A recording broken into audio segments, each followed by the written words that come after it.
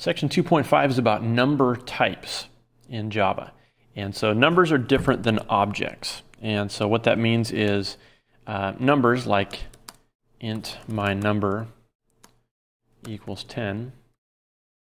My number is a very simple object. It just holds data. It doesn't have the ability to do anything.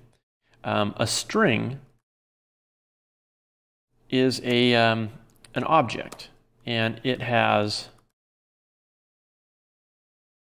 abilities. So we can tell myString to call its uppercase method, or to return its length, and we can ask it questions and find out how big it is and things like that.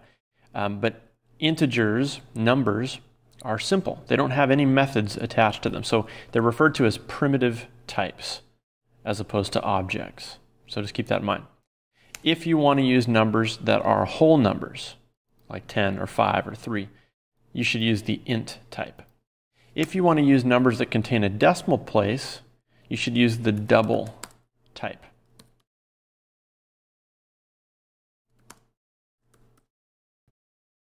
So why would you want to use an integer instead of a double?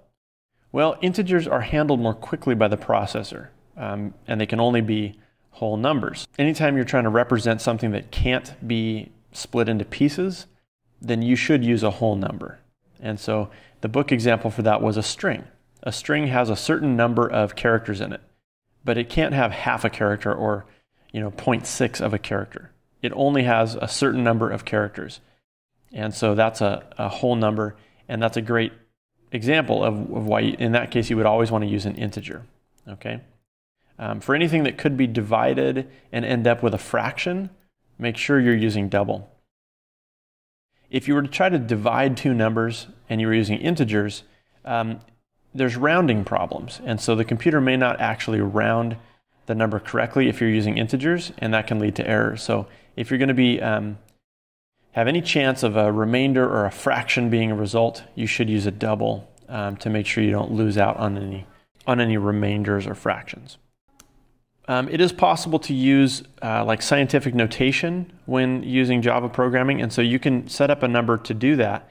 And the way that you would write that, so I'm talking about where in scientific notation usually you see a number like 6 times 10 to the -4th, and the -4 is written smaller and up and to the right, and that's just to give you the value of the decimal place. Well, we are going to do that similarly, but in Java you just write the letter E and then the notation, so -3, and that's exponential -3. That's how that works. When multiplying numbers, or when you want to do mathematics with numbers, you use the same types of symbols. So int sum equals 1 plus 3, okay? Or you can do 1 times 3. Of course, that wouldn't be a sum, but don't worry about that. So 1 times 3, the asterisk symbol is the multiplication symbol. / is division. And of course, in this case, you wouldn't want to divide like that because that's going to give you a fractional number, a decimal number. You'd want to make sure this was a double in that case. How about if I change the name to result? That makes more sense. Okay, and also know that the same sort of PEMDAS priority in the order of operations applies in programming as well. So you can use parentheses to designate certain things to happen first. So here's an example from the book. I could have 5 plus 3 times 2. Okay, now that's a legal statement, but what's happening here first?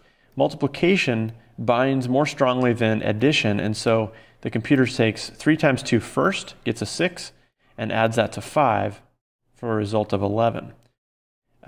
If you wanted to say 5 plus 3 is 8, and then multiply that number by 2 to get 16, you'd have to put parentheses in, just like you would in regular math, to make that happen first. Okay, so we can test that out.